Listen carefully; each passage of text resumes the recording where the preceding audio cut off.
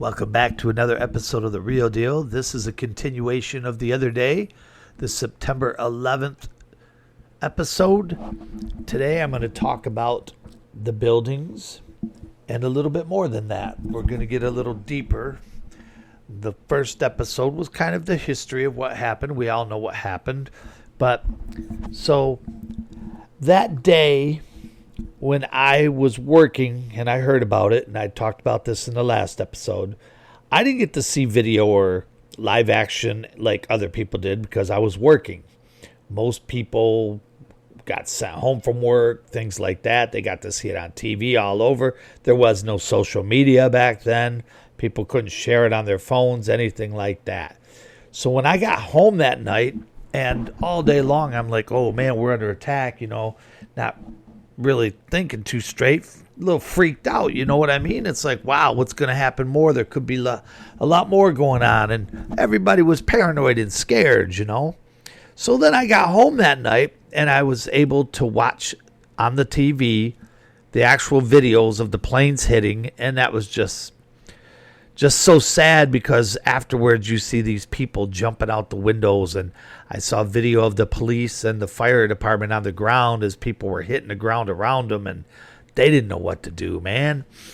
And it was just horrible, but that was the first time I got to see it. So I saw the planes hit, and obviously we know what happened. But while I was working that day, I had heard that the buildings fell. I knew that the planes hit high, but I didn't know exactly the angles, how hard, what was in them, everything else. And of course, right away, the conspiracies started coming out, and I totally could see where that came from because the buildings fell. They collapsed. And to this day, I still don't see how they could collapse. Now, I know the government investigated and said it was all legitimate. There were no explosives found, no residue, nothing else. The NIST and FEMA both said it was because they fell because of uncontrolled fires, the dislodgement of the fire protection which is in the building, and, of course, the impact from the airplanes, the jets. Now, it just, I don't know. So you had two jets, one 767, one 757. Now they both fly anywhere from 560 to 610 miles an hour. That's pretty fast. And I'm sure they were going as fast as they could when they hit those buildings. And a 767 weighs about 400,000 pounds. 757's close to about 270,000 pounds. So yes, the impact was pretty heavy, but they hit at the top. So the government tells us that by doing that with the fires, that the steel melted and the buildings collapsed straight down over time. I don't believe that. And I know most people don't. And here's why. Because jet fuel tops out when burning at 1,500 degrees. So let's say they hit, they're only burning at 1,500 degrees. That's how hot it's going to get. If you take a jet and set it on fire and they record the temperature, because they do all this stuff, the government knows, these agencies know how hot these things are. Science knows how hot these things are. It only burns at 1,500 degrees. Steel beams, and this is thick steel. This is not like cheap 1-inch thick steel. We're talking a building. Steel burns, and it doesn't really burn. Steel will melt at about 2,800 degrees Fahrenheit. So you basically would have to double the heat of the jet fuel to get that steel to melt. Now, granted, when they hit the buildings, they were up near the top. I could see the top floors falling down on top of, like the buildings above them, falling down on that floor they were on, and probably going down a few more floors because of the weight of the building. But I don't see it going all the way down. And there is a lot of scientists There is a lot of people out there. There are physicists that investigated this. There are engineers out there. All kinds of mechanical engineers that say that this could never happen. They say the planes hitting the building would not have caused them to collapse. So what was it? The main conspiracy theory, which every social media site believes in, but every Google News site and American media, what they say is it's a conspiracy theory. Now, the thing about a theory, the word theory means it's something that can't be proven wrong or right. It's a theory. But throughout history, we will show you, and it's easy to show and prove that theories have been proven right. And I believe these theories. And why would these heavy-duty physicists who make their living off of this stuff come out and say something like that, knowing that the company they work for could say, hey, man, keep your mouth shut? These guys came out and said the planes hitting would never have happened, that never would have caused these buildings to fall. Now, before the buildings hit, and of course, a lot of people will say, well, that's just a conspiracy theory. That could be anything. Before the planes hit the building, before the jets hit the building, I should say jets because planes are different, there was a lot of work going on in the building with crews. Now, that could be anything, anytime. They could be doing all kinds of stuff. And they were all over the buildings. They were on the bottom of the buildings. And a lot of people that worked there, I had a cousin that worked there. He reported this. He didn't go to work that day. It was kind of weird. He was running late. So when he showed up, the buildings were down, or coming down, I should say. So, there were a lot of people that didn't go to work that day or were running behind, and somebody was looking out for them. But there were a lot of crews working constantly, heavy duty before this. And, they said, well, we're working on this mechanical stuff. We're doing some fireproofing and stuff. But there were sources of thermite found in the building. Now, the government has all the remnants of the building from the bottom and stuff, and they have it stored away. They're not going to let us test it. They're not going to let us see that. And I don't know if you know what thermite does, but it burns pretty good. And if you put thermite at the bottom of the building, it's what a lot of times they use in a controlled demolition. Many people feel those buildings came down a controlled demolition. And it looked like a controlled demolition to me. That was what I noticed when I first saw them falling. I'm like, this isn't right. Something is not right about this. And the thing that sealed the deal for me was when Building 7 fell. Why did that number 7 fall? It didn't get hit. They said fire damage. No, I don't believe that for a minute. Again, the jet fuel would not have burned that hot to get the steel to melt. Why would a building that did not have anything hit it collapse? Ask yourself that. Why did Building 7 go down? When I saw that, that's when I knew something was up. That was a controlled demolition. Everybody knows that. Oh, and here's something else. A lot of you don't know this. The British Broadcasting Company, when they were reporting on this, the BBC reported that Building 7 came down. The funny thing was they said it collapsed. They reported it 26 minutes before it happened. Oh, yeah. That's the truth right there, man. Blows your freaking mind, doesn't it? 26 minutes before that building collapsed, the BBC said it has gone down. And then they came back and later on said, oops, we were misinformed, folks. We just now found out about it after it came down for real. Well, how did you get misinformed 26 minutes before? Who would even imagine that that was going to happen? Who came up with that? What media outlet's going to say, by the way, Building 7 collapsed? Whoops, no it didn't. Give me a freaking break. They had people there. They had their people here. They're all over. So you're telling me that that was a coincidence? That it was just an error? They apologized for it. Now, if you go online and you Google this stuff, you're going to see the cover-up, basically, the covering of every little theory out there. They've got an answer for it. They've got an answer for everything. And again, right away the conspiracy started hitting. Again, I always say this, they blamed the Jews. It was the Jews. I heard every Jewish person there didn't go to work that day, which is BS because a lot of Jewish people sadly died. And the owner was Jewish. So he gave everybody the heads up, don't come to work. Bull crap. Then they said he scammed for insurance. No, why would a Jewish person work with Muslim freaking terrorists to scam for money? The guy's already rich, you know. He doesn't need the money. He's not hurting. And I don't know if you know this, but Jews don't work with Muslims very well when it comes to making money. And there's a big disagreement in there, and they're not going to work with a terrorist. Never. So right away, all the conspiracies came out.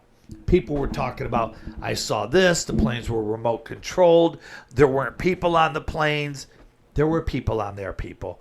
It was Muslim terrorists that flew the planes into the building. But what happened beyond that? Did our government know? Was our government somehow involved in it? I don't know. I can't prove that, but the speculation and the theories are out there. Especially when you stop to think that we went to war in Afghanistan a little over a month later. Afghanistan had nothing to do with the attacks. Nothing at all. Supposedly that's where Osama bin Laden was. There was no proof to that. There was no proof that Osama bin Laden did it, except they told us that he did it. And they would play a video saying, look, this is him, and they'd interpret it, you know. And I had a friend that knew Arabic, and they would say, yeah, that's what he's saying. But how do we know that was him? That could have been any Arabic person in that video. We don't know because it wasn't him talking. It was a video of just a picture of him with the words in the backgrounds. Now, many people will talk about the Pentagon. All right? So that always tripped me out too. That was another one. When I saw the plane hit the Pentagon, the jet hit the Pentagon, I was like, there's no way. There's no way that was a jet, because there's no way they could have got that jet down so close to the ground in a landing position like that and hit head onto the Pentagon like they did. That to me was probably a missile or possibly a remote controlled aerial craft of some kind. And the funny thing is, there was only a couple cameras working in the Pentagon that day. Isn't that weird? One of the most protected places on the planet, the Pentagon. And there's only a couple cameras working, and only one actually saw the plane hit. Only one on the outside. But when you watch that video, you can't see. You can't see anything. I mean, you can't see a jet going in there. And when you look at the outside, the remnants of the building, it doesn't look like there was a jet. And if the wings got collapsed like they say they did, why was there nothing on the outside of the building? That's what I want to know.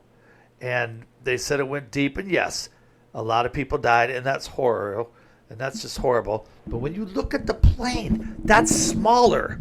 The hole in the building is smaller than a commercial airline. And then here's another thing.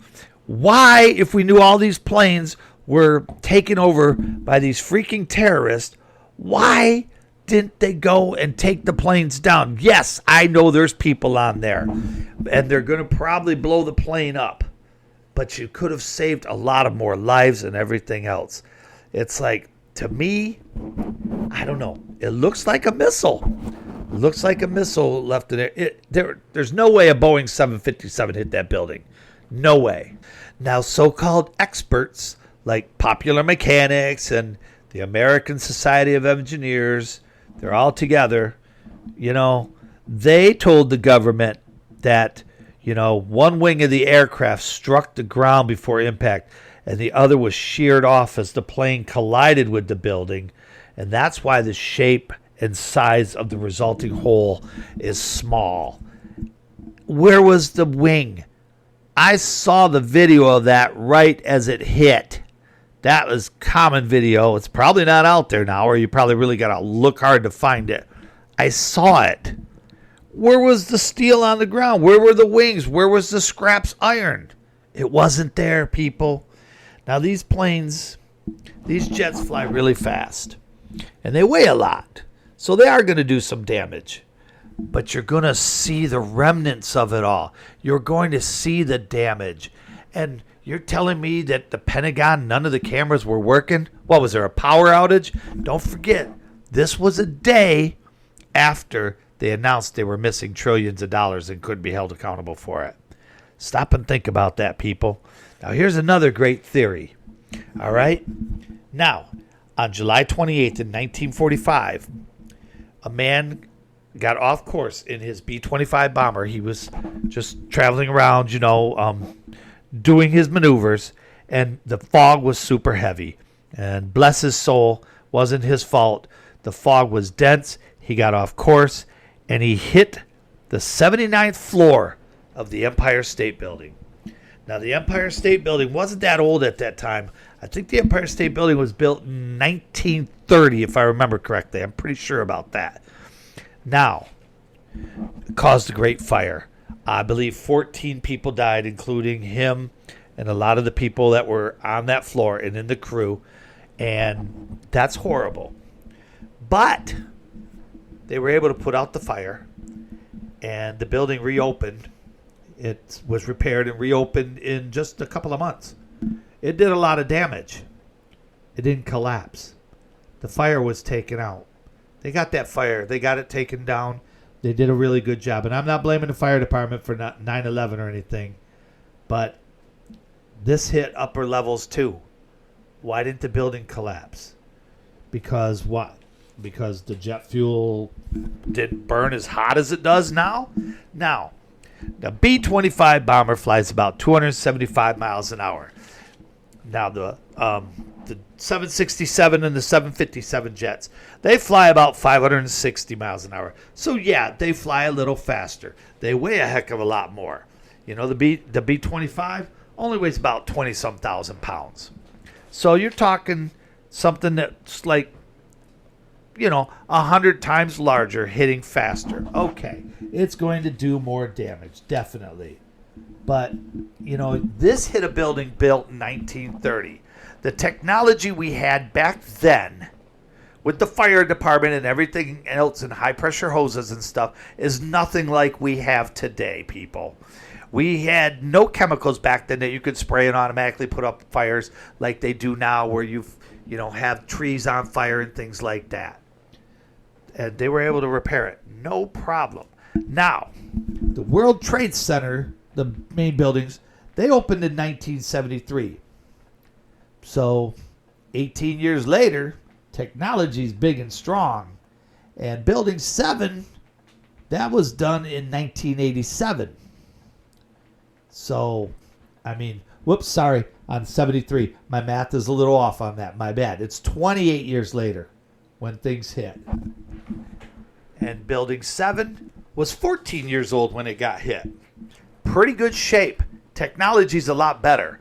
Fireproofing was a lot better now and in that day and age than it was almost 100 years ago in 1930 when the Empire State Building was built.